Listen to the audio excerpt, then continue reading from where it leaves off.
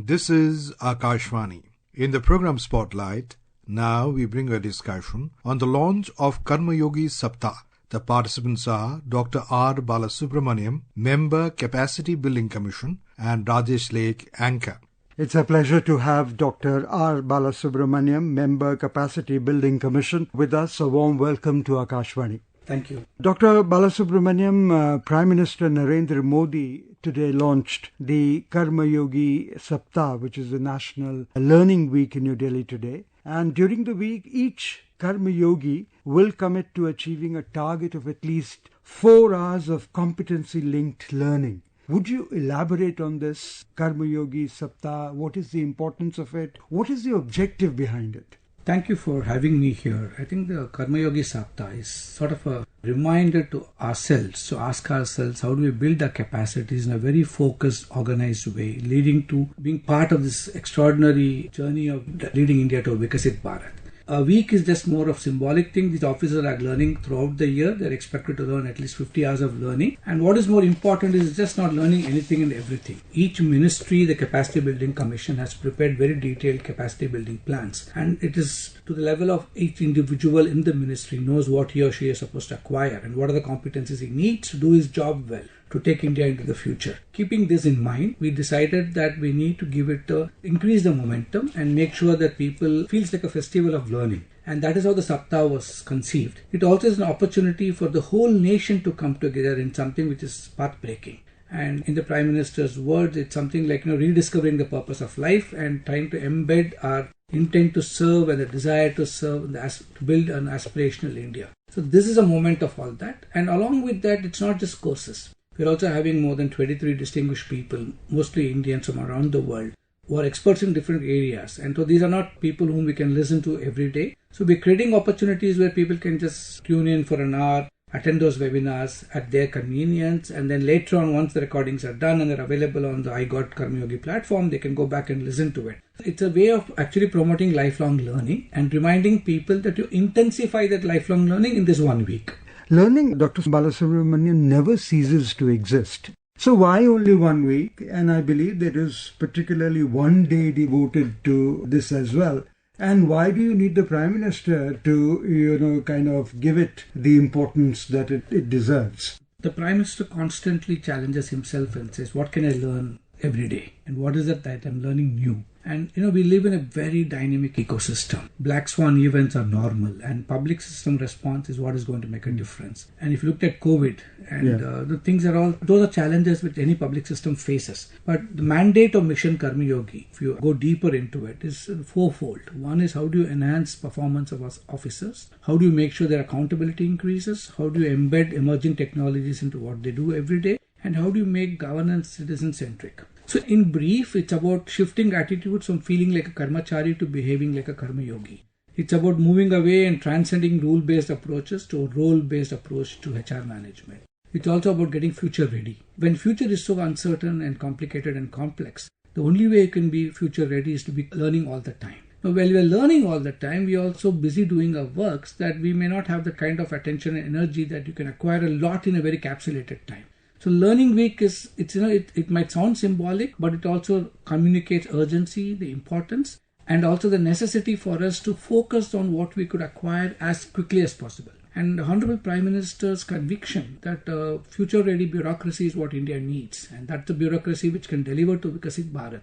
And his conviction that people are hungry to learn, just that we need to give them the tools of learning. That is why he himself launched the National Learning Week. And it was not just the National Learning Week. What he also launched was the Karmayogi competency model. And along with that, the one day that you mentioned was a day dedicated to Indian knowledge systems, where as much of learning can happen from understanding from our civilizational strengths, understanding what can Indian ancient wisdom bring to the table, how can it be kept in the context of today, and what is it that our officers can learn from, which can they apply in their professional lives as they continue in their journeys of working and learning. I understand from what you just said that the National Learning Week will be dedicated to learning through various forms of engagement by individual participants and ministries, departments and organizations. So you also mentioned about the 4 sankalps and the 4 gun that we will be inculcating in the officers. So how do you plan to do that? Or will this prepare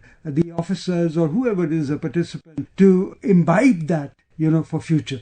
Now, it's wrong to imagine that they're doing this only for this week. They're doing this throughout the year, but the extra focus is for this week.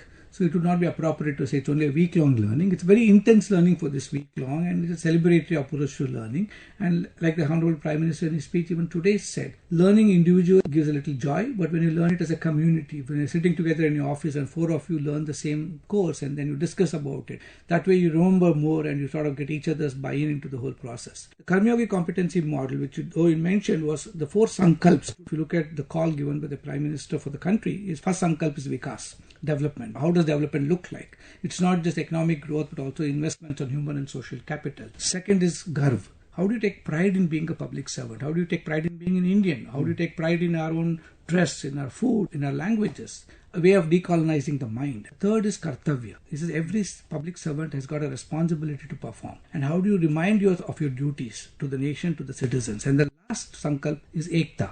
Our nation needs to be united. We are being fragmented in too many different ways.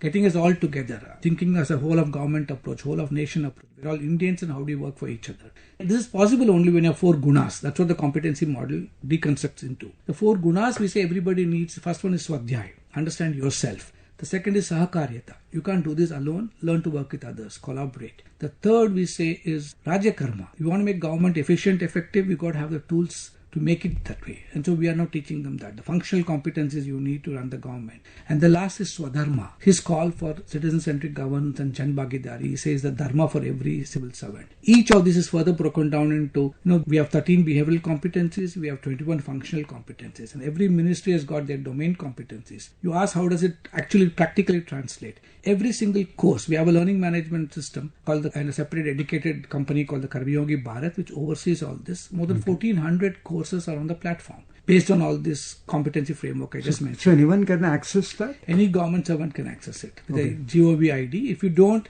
one of your senior officers has to play the role of an administrator, let you in, and then you can learn any amount of courses on that. That is where they do the 50 hours of learning.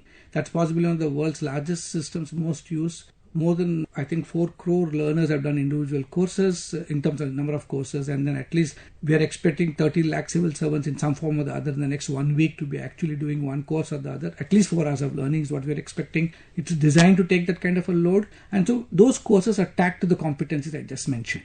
Okay. So every course you acquire a few competencies, and those competencies will actually help you do your roles better. Every single Government of India employee today has a defined role. For each role, we have mapped out the functions he does. For each function, what are the set of activities he does. For each activity, what are the competencies he needs. And these competencies, what course he can get it from.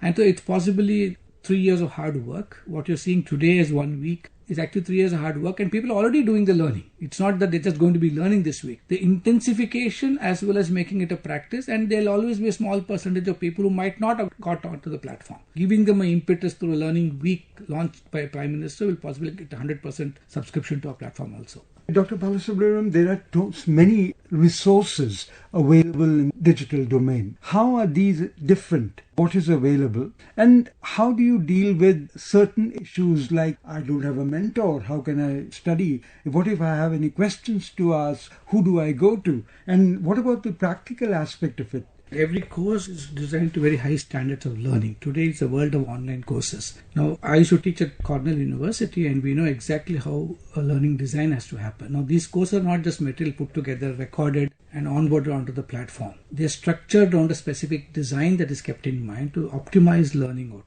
Obviously, it's a trade-off. In a brick and mortar structure, you can do more learning. There's physical contact that you can answer them immediately. In asynchronous learning, there's some trade-off. So there are assessments which are done, and the assessments have to be responded to, and only if he gets a basic mark, he gets a certificate which can be downloaded. This certificate gets tagged onto EHRMS. Okay. And these are all driven around just 3 things. Every course that is on the platform is judged against 3 particular filters. First is, can the officer doing the course even relate to the content? And that is why it's very unique, because he may do hundreds of courses on Coursera, edX and all those platforms, but the content he may still like. He may do a course on AI. It may be very relevant to him as a young man getting into the technology space, but can he relate to it as an officer of the government? I'm not so sure. Here the courses are designed and developed for him to function as a government official, and therefore they're very relatable, it's very relevant. And the third thing we ask ourselves is, after I do the course, how much of it can I apply? And the application value is taken for us. Only then the course is downloaded to the platform. So the very rigorous quality standards prescribed, passes through the standards, and then it gets uploaded and then tagged to what courses, competencies that they represent. Automatically the algorithm will pick up, the moment I put my name, the algorithm will pick up and say, for your role, these are the 40 competencies you need.